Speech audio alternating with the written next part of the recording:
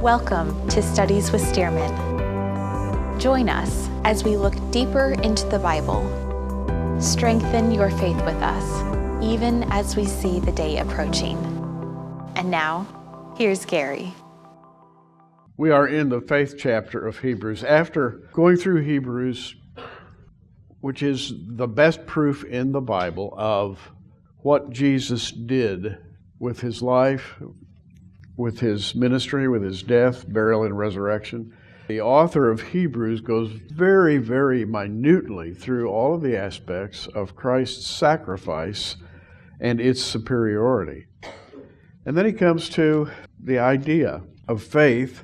And on the subject of faith, there is no greater statement than Hebrews 11:1, which I'll repeat. We've been repeating it now for the last couple of weeks. Faith is the substance of things hoped for, the evidence of things not seen. What that's saying is that faith enables the believing soul to treat the future as the present and the invisible as already visible or seen. Faith is the substance of things hoped for. Substance is hypostasis, which is the opposite of hypothesis or theory. We are not going on theory, we are going on hypostasis, that is something solid. It's the evidence of things not seen. Evidence from the Greek alenkos is a word that means, it's a legal term. It means evidence that is accepted in court. So faith is the firmness upon which we stand of things hoped for, and it is the legal evidence of things not seen. Jesus established things physically and legally, and that's what the whole book of Hebrews is all about. He didn't just go halfway. He approached things from a physical viewpoint and from a legal viewpoint. He satisfied every element of legality necessary to redeem a lost world. And we have been talking about the heroes of the faith the last couple of weeks: Abel, Enoch, Noah, Abraham, Sarah.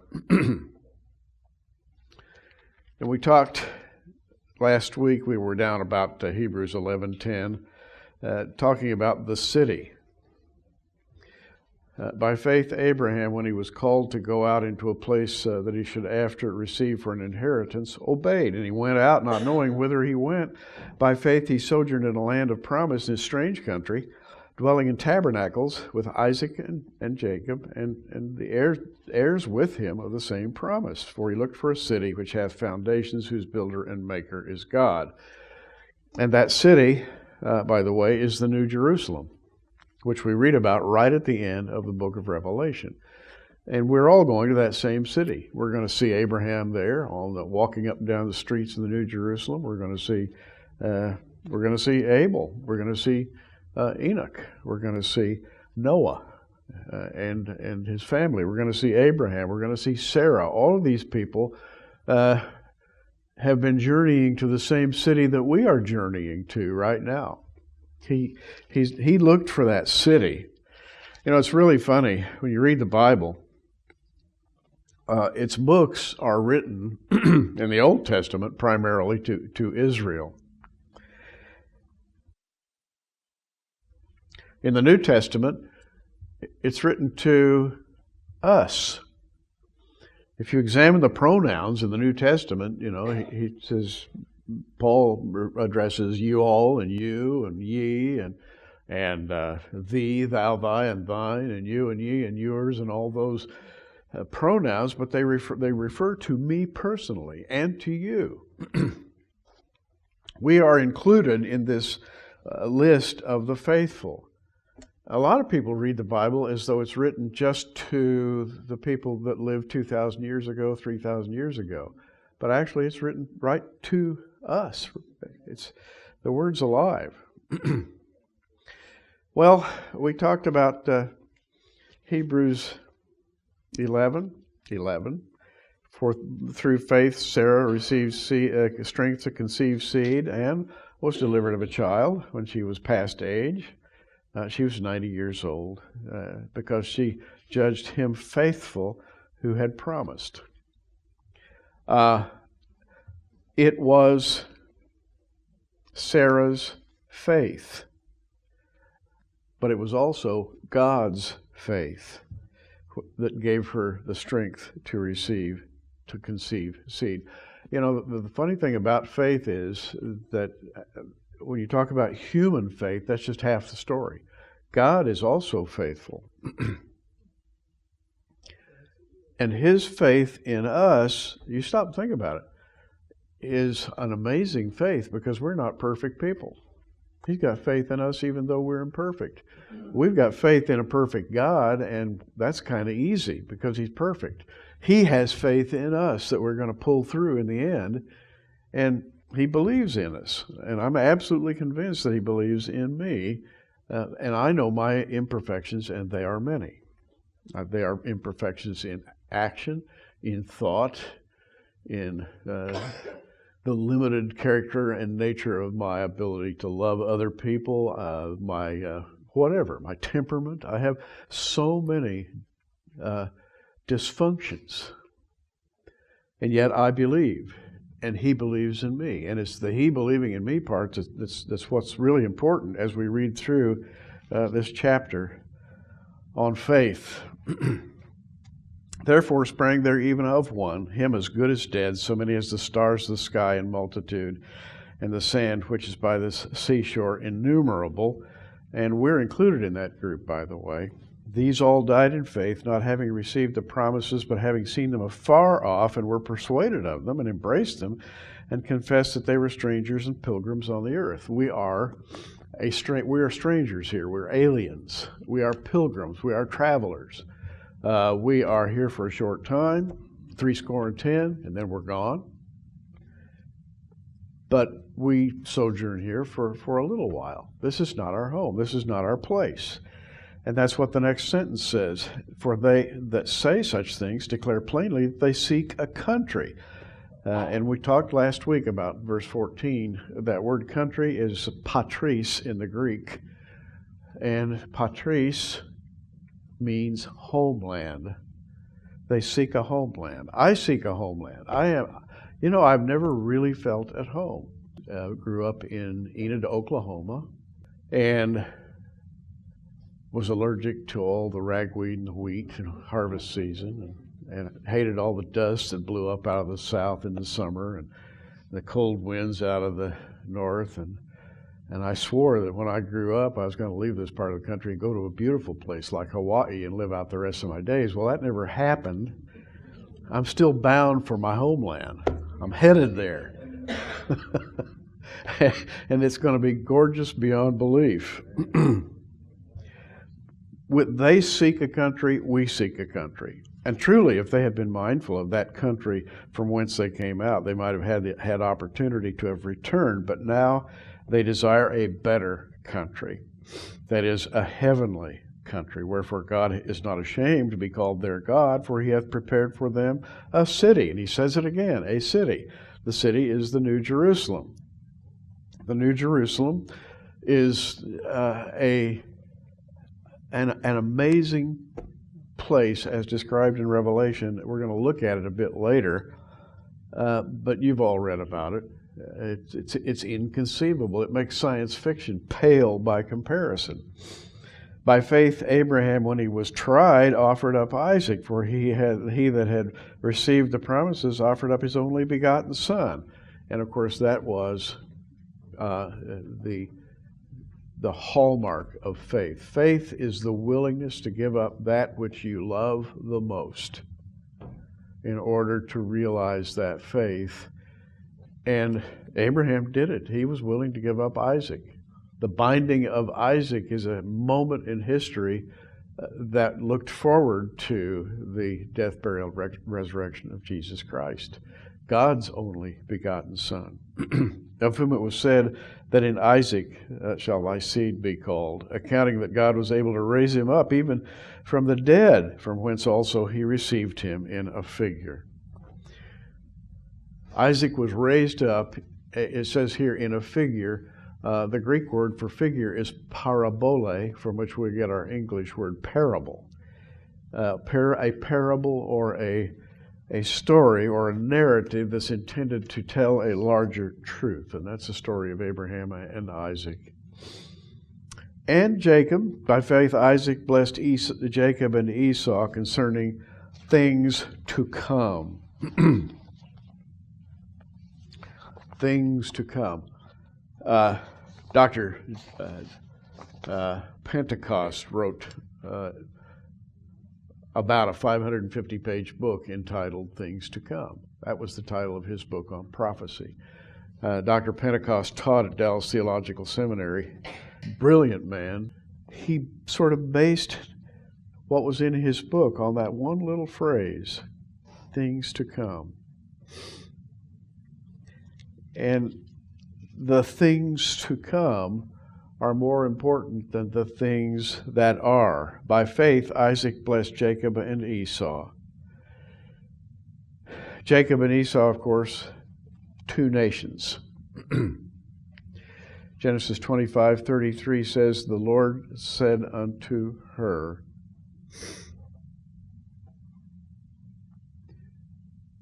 Rebekah, pregnant with Jacob and Esau, Lord said unto her, two nations are in thy womb. Now that is a statement.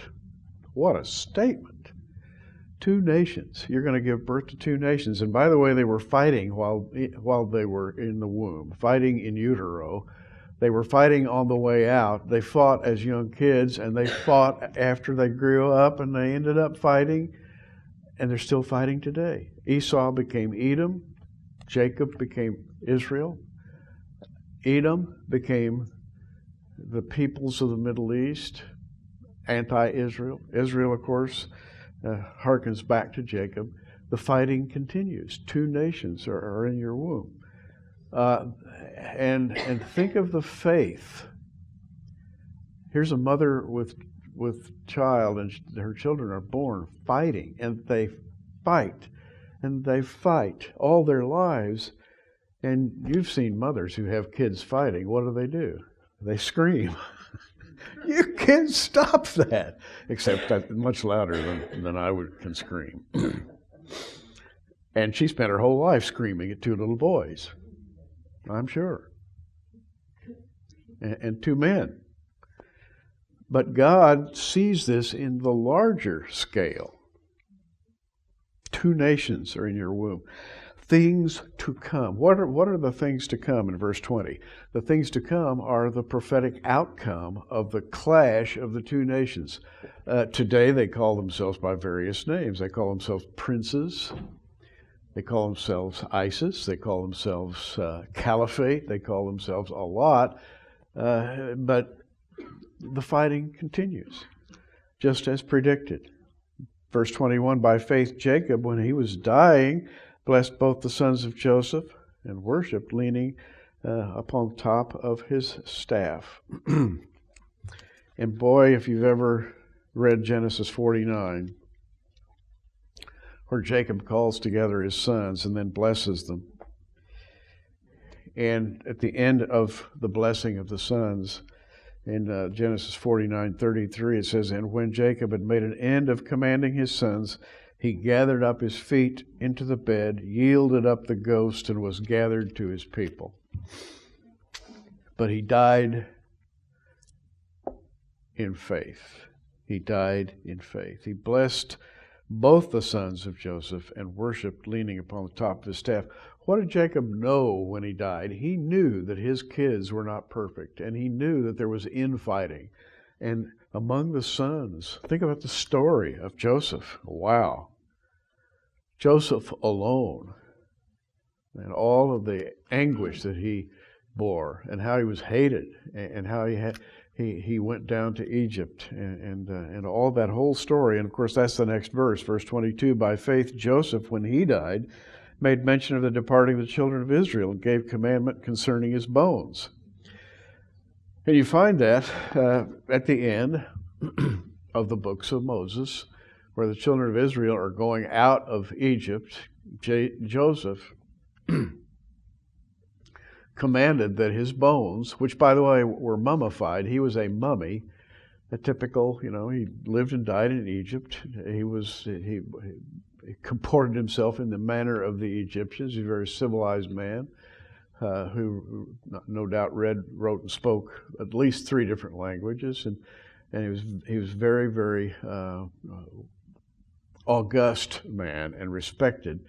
And he was mummified when he died, and his mummy was put into a coffin, sarcophagus, and that coffin was carried out with the children of Israel when they left Egypt. Joseph said, "Take my bones with you," and they took them all away. And he was eventually buried in central Israel. Why? Because he had faith that he would one of these days he would be raised in the land of promise. By faith, Moses, when he was born, was hid 3 months of his parents because they saw he was a proper child. They saw he was a beautiful child. Asterios is the Greek word, and it means beautiful. They saw that he was a beautiful child, and they were not afraid of the king's commandment. They saw something in that child that God spoke to their hearts, and they said, "This child's got to be saved." They probably didn't know why, but they had faith. They had faith enough to risk getting caught and killed by the Egyptians. And they came up with a way to save Moses. And of course, Moses, who's Moses? Moses is the man. This little baby that they set afloat in the Nile turned out to be very beautiful indeed. One of the very, very few people, and in fact, he and Enoch and maybe Elijah are the 3 people in the Bible who actually have seen God, or at least glimpsed God in His glory. By faith, Moses, when he was come to years, refused to be called the son of Pharaoh's daughter, choosing rather to suffer affliction with the people of God than to enjoy the pleasures of sin for a season. Moses was being groomed to be the next Pharaoh of Egypt. And the story of Moses in Jewish history is not widely known among Gentiles, but Moses was a great general, the greatest general perhaps in that era of Egypt. And he led the Egyptian army. For example, they campaigned to the south in Ethiopia, today's Eritrea, and Sudan. And Moses and the Egyptian troops subdued that whole area in the area of the Blue Nile. And Moses ended up marrying the king's daughter, the Ethiopian king's daughter, which caused him a lot of problems later with his own family because they wanted him later on to have a Hebrew wife. And that's another faith story. But Moses came back victorious. His triumphal parade into Thebes is well known in Jewish history. He could have had anything he wanted, but he was called to save his people. He refused to be called the son of Pharaoh's daughter, choosing rather to suffer affliction with the people of God than to enjoy the pleasures of sin for a season. Now, all these stories have a common thread. What is it? Affliction. Sorry. Sorry. I have to stand up here and say, your life is not going to be just a bed of roses. There are going to be some problems from time to time. And guess what? God honors that. In fact, He desires that because it's His way of toughening us up. Really, seriously. It sounds hackneyed, it sounds trite. It's God's way of strengthening you. You're going to be a cream puff if you don't have any challenges in this life. If you don't have to fight the good fight, if you don't have to pull it up and march out and get it done in spite of the fact that you're in pain and broke and whatever and sick, you just suck it up and go. And that's how you get strong. Yeah, but I don't want to do that. We'll do it anyway. This is the faith chapter. It really is. So Moses chose affliction with the people of God. Verse 26, esteeming the reproach of Christ greater than the treasures of Egypt. For he had respect unto the recompense of reward.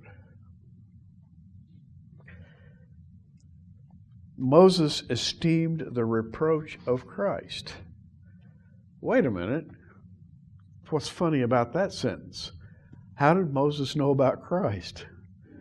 That was, let's face it, when Moses took the children of Israel out of Egypt, that's maybe about 1450 BC. It's a long time before Christ. And yet by faith, Moses chose the way of the reproach of Christ. That's amazing that the Bible would say it that way. Greater than the treasures of Egypt. As you watch men in power today, most of them opt for the treasures, the millions of dollars that they can get through slightly illegal activities of various sorts. Some not so slightly illegal activities of various sorts earn huge sums of money. They are in the papers, they're on the internet. You read about them all the time. And they're funneling money here and channeling millions over here, garnering power, making friends, becoming politically powerful, becoming socially important, bending the elbow at the proper club at the proper time to make the proper friends. And Moses had all of those opportunities and more, and he chose the reproach of Christ. By faith, he forsook Egypt, not fearing the wrath of the king, for he endured. He persevered as seeing him who is invisible. Who's invisible? God. He persevered, and guess what? His perseverance took him through the Red Sea and across to Mount Horeb, and he went up the mountain and he did see God. But when he started, the whole thing was invisibility. He didn't see God. He just had faith. Through faith, he kept the Passover. Well, he kept the first Passover, as a matter of fact, that night when they ate the lamb and broke the bread. And the angel of death circulated through Egypt, and they stayed up all night. And they took the blood of the lamb and put on the lintel and doorposts of their little homes. And the angel of death passed over. They kept the first Passover. It's called the blood sacrifice, which was later fully realized in another wooden implement, which had a vertical member and a horizontal member. It's called the cross. Those doorposts and lintels were just a preview of the cross. He kept the Passover, the sprinkling of blood, lest he that destroyed the firstborn should touch them. By faith they passed through the Red Sea as by dry land, which the Egyptians, trying to do, were drowned. And we've all seen the movie, Cecil B. DeMille. In fact, recently I rewatched that movie, The Ten Commandments, and I was astonished at what a witness for Christ that movie is. It's just like, if you want somebody to believe in Jesus, show them the Ten Commandments. But it's not just about Moses and the law and the Passover. It's about faith, and it's about what happened after the children of Israel realized this meeting with God. The whole thing just really builds your faith. And then, of course, later, after the wilderness wandering, under Joshua, the children of Israel came into the land. Verse 30, by faith the walls of Jericho fell down after they were compassed about 7 days. And that takes faith. God says to Joshua, I want you to march around this town of Jericho for 7 days and blow your trumpets, the shofars. And by doing that, you're going to overcome the city of Jericho. And this will be your first victory going into the promised land. And I don't think Joshua said, you want me to do what? Blow horns, march around the city for 7. That's not going to do anything. They're going to make fun of us. I mean, we're just walking around the city blowing horns. They'll think we're idiots. We should be attacking the city, God.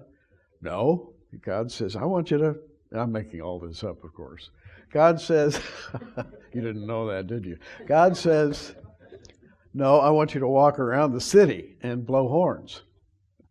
Okay. What's going to happen? You'll see. Just do it. That's faith.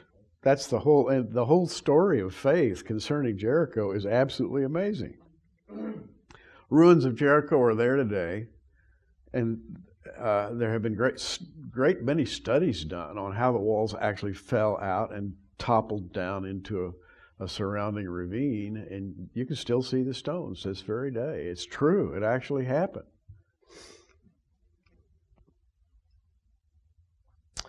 By faith the harlot Rahab perished not with them that believed not, when she had received the spies with peace. You know, as you read the book of Joshua and see the story of Rahab, and how Rahab actually entered into the genealogical line of the patriarchs all the way to the Messiah.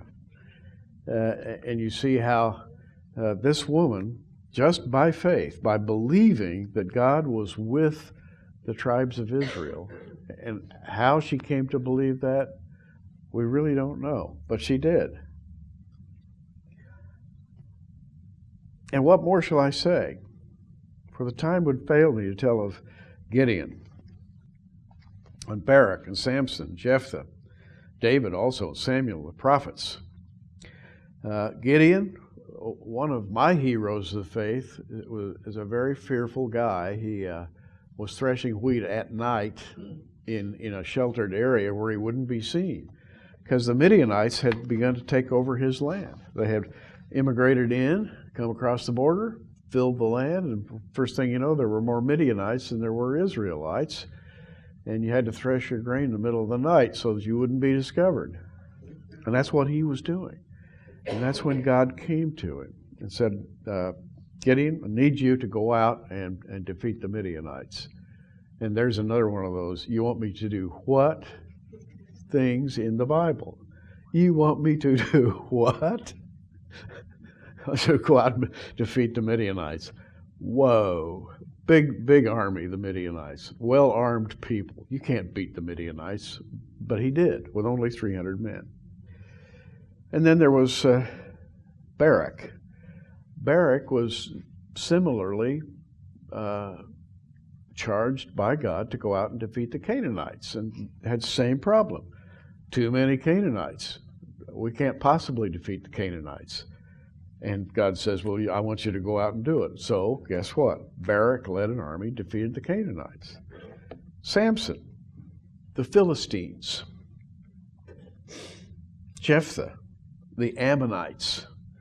Jephthah is mentioned here in verse 32. You go back to the book of Judges, read Judges chapter 13, and you'll find the story of how Jephthah defeated the Ammonites. God says, Jephthah, I want you to defeat the Ammonites. You want me to do what? I want you to defeat the Ammonites. How am I going to do that? Well, I'll show you how. Okay. This story is told over and over. I mean, just again and again and again in the Bible, people are asked to do things that they can't possibly do. And God says, I want you to do it anyway.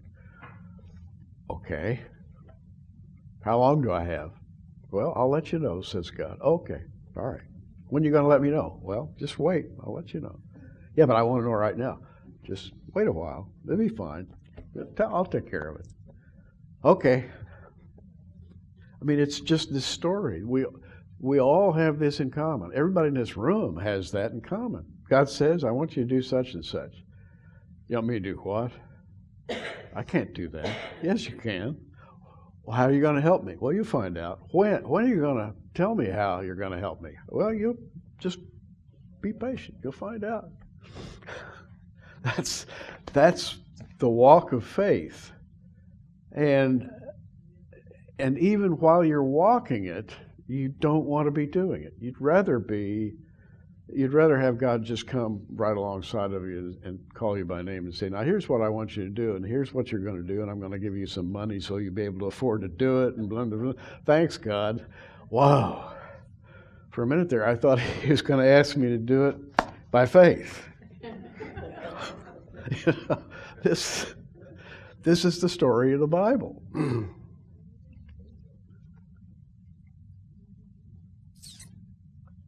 So, these people, verse 33, through faith subdued kingdoms, wrought righteousness, obtained promises, stopped the mouths of lions, quenched the violence of fire, escaped the edge of the sword, out of weakness were made strong, waxed valiant in fight, turned to flight the armies of the aliens. Women received their dead raised to life again. Others were tortured, not accepting deliverance that they might obtain a better resurrection. And we all want a better resurrection.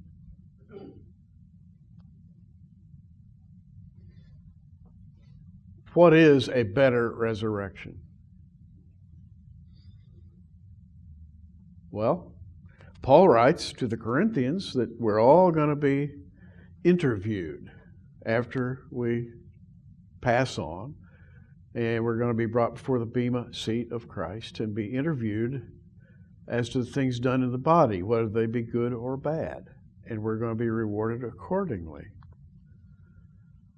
And I think that those rewards are what referred to here as a better resurrection. And others had trial of cruel mockings and scourgings, yea, moreover of bonds and imprisonment. They were stoned, they were sawn in two, they were tempted, they were slain with a sword, they wandered about in sheepskins, goatskins, being destitute, afflicted, tormented, of whom the world was not worthy. They wandered in deserts and mountains, in dens and caves of the earth, and these all, having obtained a good report through faith, received not the promise, God having provided some better thing for us, that they without us should not be made perfect. Better is the key word in the book of Hebrews. Wherever you see it, and you see it over and over and over again, better and faith are tied together. Fidelity, faithfulness produces a better quality of life. But look here. People being stoned and sawed in two, slain with a sword, poverty-ridden, wandering in deserts and mountains. I can point you to a lot of Christians to this very day. Thousands of Christians are bearing up under this same kind of onslaught. Thousands of them being killed, chased out of their homes. The first church was in Jerusalem, but very shortly thereafter, the disciples moved northward along the coast to Antioch of Syria. And Antioch of Syria became one of the earliest of the church homes. That is, home base, if you will. The church was operated out of Antioch of Syria on the coast of the Mediterranean.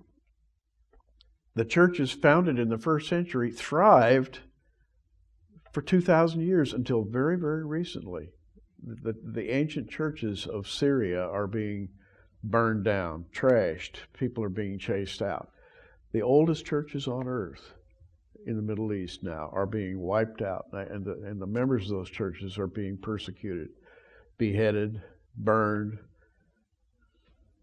shot, whatever.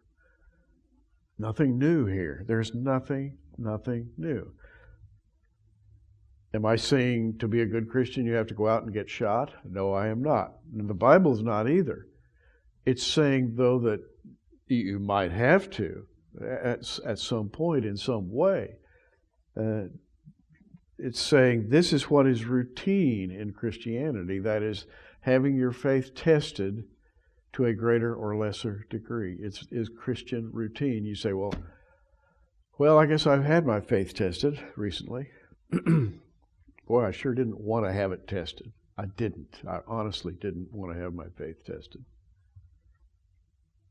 Bummer. But it's routine for Christians to have their faith tested. And one of the reasons we gather in a place like this and go through Scripture is just to renew our faith, to remind ourselves what it is we belong to. Who are we? Anyway, we're certainly not worldly. That is, we don't have our faith in the world. We're just like Isaac and Jacob and Joseph and Moses and all those people who believed. Some of them being severely tested for their beliefs. Severely tested.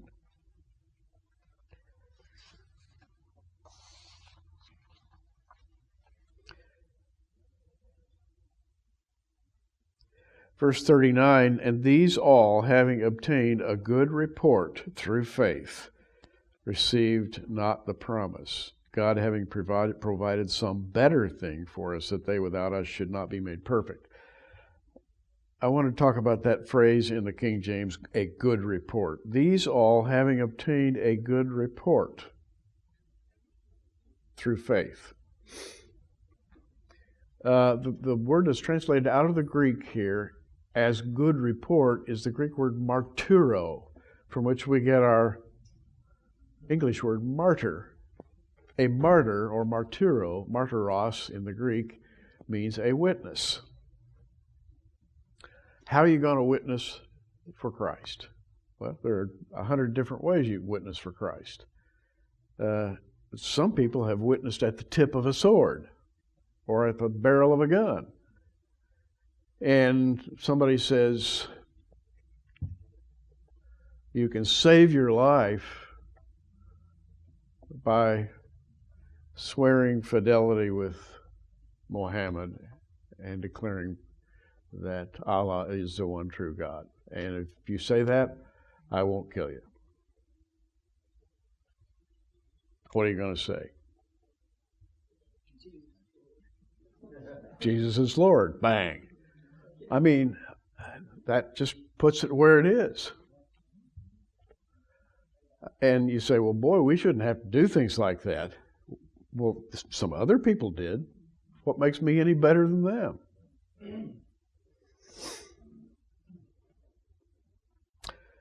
Wherefore, seeing we also are compassed about with so great a cloud of witnesses, and these witnesses, these martyrs, surround us like a cloud.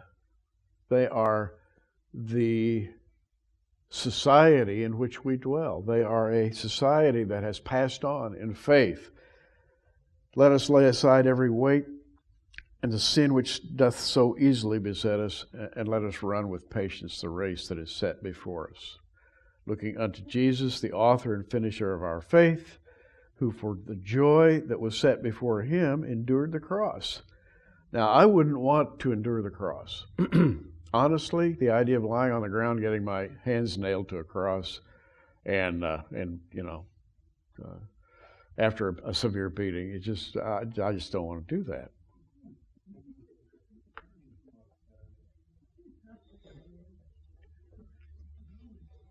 But he did. So am I better than him? No. We are surrounded by a great cloud of witnesses. My friend Terry James, who has written many books, you may have read a few of them.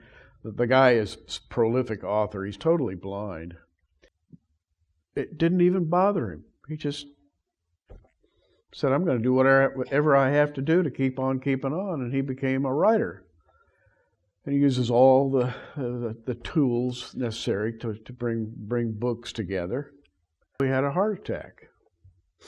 Now, he's healthy as a horse. He lifts weights and he jogs. A very, very healthy man for his age.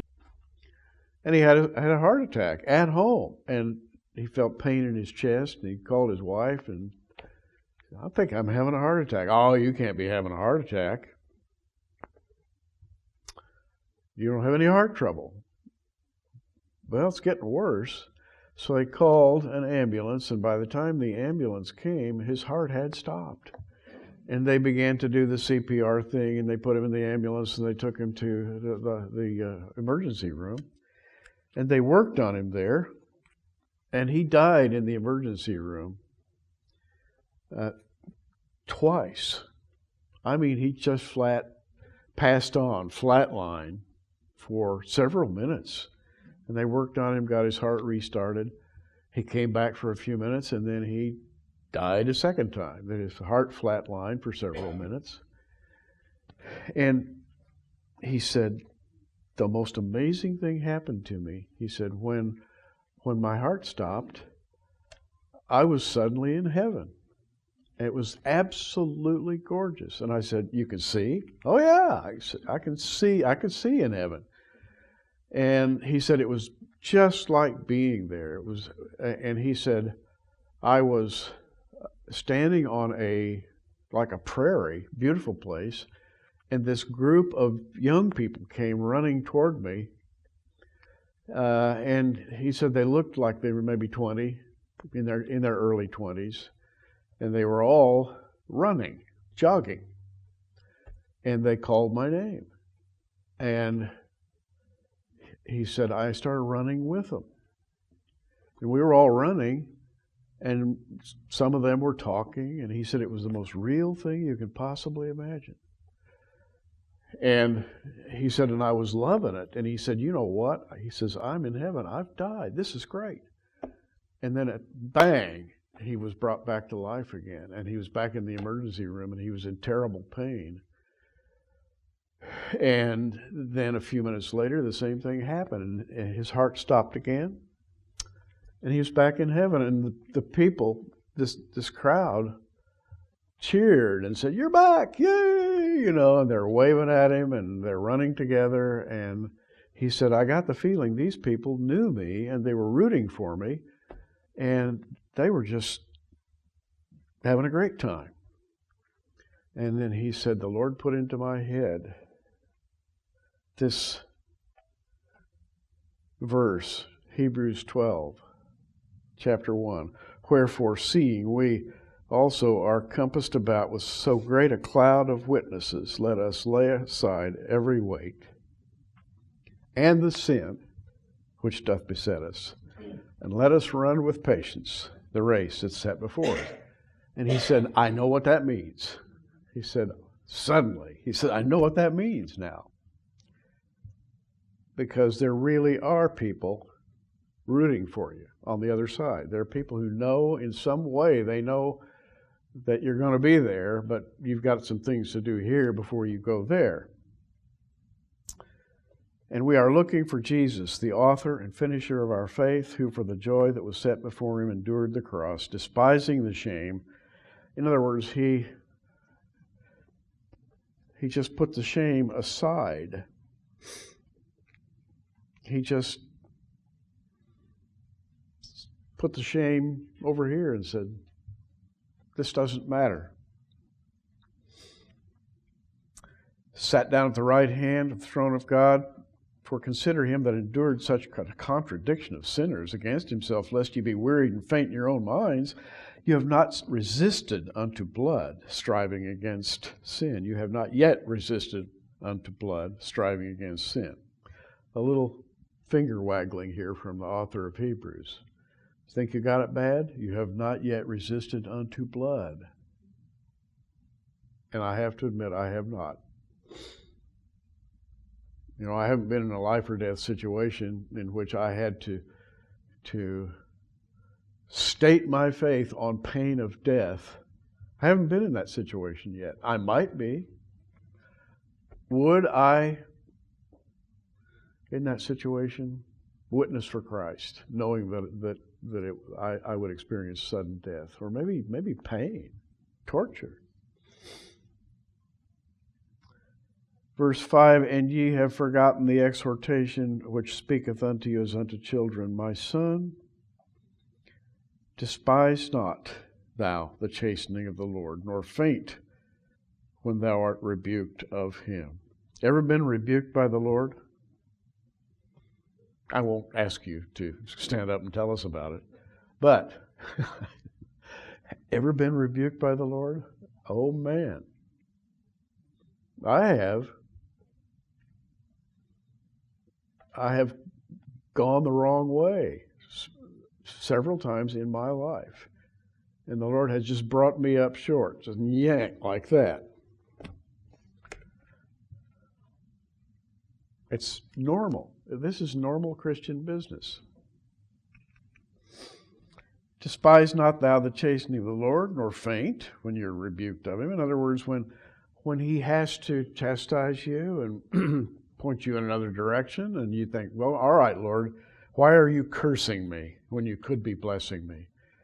And what he's really saying is, actually, I'm doing this for your blessing, but you just don't know it yet.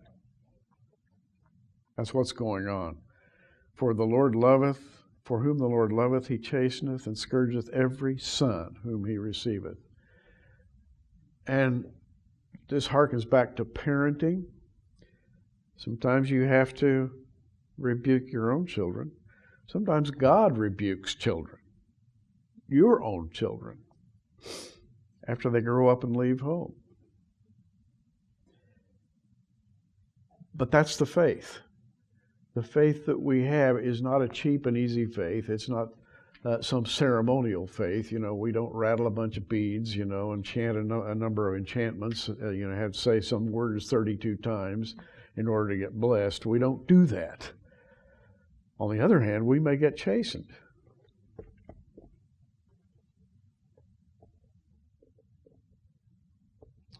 What kind of a son is he whom the Father chasteneth not? But if ye be without chastisement, whereof all are partakers, then are ye illegitimate and not sons. To be a true son of God, you must be a partaker in chastisement. The word partaker there is from the Greek metokoi, and it's one of the most amazing words that you find in the Bible, because it's the ordinary Greek word for partner or a business partner. If you're in business with somebody in Greek, you are said to be metokos. You are metokoi.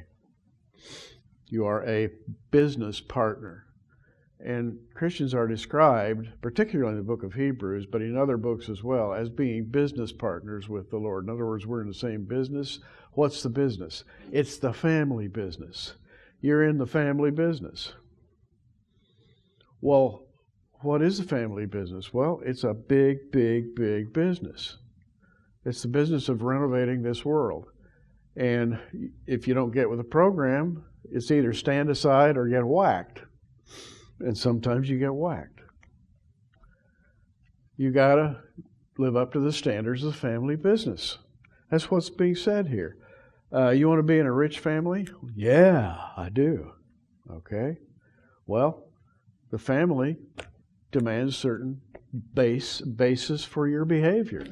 There are protocols. There are standards within this household. You going to live in this household? Yeah.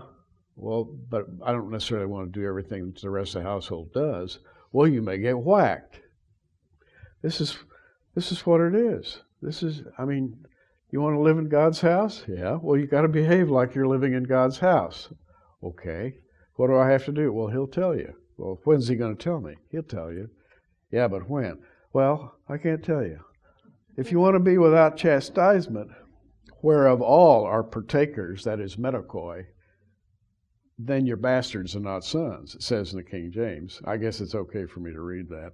Furthermore, we have had fathers of our flesh which have corrected us, and we gave them reverence. Shall we not much rather be in subjection unto the Father of spirits and live? For they verily for a few days chastened us after their own pleasure, but he for our profit, that we might be partakers of his holiness. That is, partners in. And here the idea of metakoi is equal partnership. That we might be partners of his holiness. I don't deserve his holiness. I don't deserve to be a partner with him, but he's in the process of making me a partner. And he's whipping me into shape even as we speak. He is whipping me into shape. He's whipping us into shape. And I don't want to speak in too familiar a manner. And I don't want to make light of what God's doing, but on the other hand, it's kind of interesting to make light of it, to say, hey, we're in a family business. We live in a great household. I was raised in a Stearman household, left the house, when I was in my 20s, early 20s. Went out, got my own house. Later on, the concept of Christianity was introduced into my life, and I learned that I'm now in a new household, and Jesus has gone to prepare a place for me, that where He is, there I may be also, and when I am, I'm going to have to live by house rules. And I've been learning ever since how to live by house rules, and it's not easy, because my nature is not to want to live by house rules. My nature, I'm kind of a wild, rebellious kid, and maybe you are too in some ways, and sometimes you have to be chastised. And God says, you're in my family now. Don't you want to live by house rules? Well, do I have to? Yes. Yes, and the degree to which you do will be the degree to which you are rewarded at the judgment seat of Christ. And what will you be rewarded with? You'll be rewarded with not baskets full of diamonds and goldware on your table, and diamond crystal that you drink out of. Those are not the rewards of heaven. That's the everyday stuff. The rewards of heaven are being a member in good standing in the family of God. That is to say, someone whom the Lord wants to bring closer and closer to Himself, because He really likes being around you, because you're such an obedient child. And He loves you, and He knows you love Him, and He's just going to bring you closer and closer to Him. Well, that is what I call reward. Now, no chastening for the present seems to be joyous. Oh, really? But grievous. Have you ever been chastened and you think, why are you doing this to me, God? Has anybody ever had those questions? Sure you have. Don't lie to me. Why are you letting this happen, God? Do you really know what you're doing, God? That's what you're saying. And He says, yes. Okay. That's good enough for me. But this is family stuff. This is family business we're talking about here. No chastening for the present seems to be joyous, but grievous.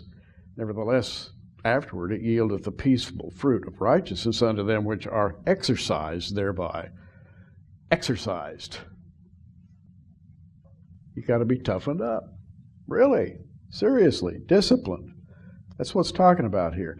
There is a certain amount of discipline in the Christian faith, is there not? Sure there is. Wherefore lift up the hands which hang down, and the feeble knees, and make straight the path through your feet, lest that which is lame be turned out of the way, but let it rather be healed. Follow peace with all men, holiness without which no man shall see the Lord. Looking diligently lest any man fail of the grace of God, lest any root of bitterness springing up trouble you, and thereby many be defiled. Lest there be any fornicator, profane person, such as Esau, who for one morsel of meat sold his birthright. Esau is held up as the opposite of faith. Jacob, faith. Esau, faithless. But you know what? If you really, really look at Jacob, you don't see a man of faith. You see a finagler, a trickster, a guy who wanted to make his way through wheeling and dealing and taking maybe some of that stuff that wasn't rightfully his, but working out situations to his advantage. Jacob was not really a man who's just really high on the respect scale, but God loved him and differentiated him from his brother Esau, who was a real scoundrel. Esau is faithless. Jacob is counted among the faithful, even though he was not a perfect man. For you know how that afterward, when he would have inherited the blessing, he was rejected. For he found no place of repentance, though he sought it carefully with tears. Esau was unable to reverse the error of his ways at the end of his life, and he became the emblem, he became the icon of the fallen man. Esau became Edom, and Edom is everything that is dark and godless. And what does it say about him? It says that he did not exercise faith. So faith is really important. It's important to know all about what Jesus did and the legalities of what he did, which is what the book of Hebrews is all about. But it's equally important to remember that the family of faith does not get off scot-free. The family of faith must discipline itself to live up to the great cloud of witnesses that surround us, that are watching us in everything that we do. And you may say when you're alone by yourself, nobody's watching me. I can pretty much do what I want to do, and nobody will figure out what I'm doing. Later on, you're going to be really, really surprised. You mean I was being watched? Yes, you were. Well, how'd that happen? Well, God has ways, let me tell you. He has His ways.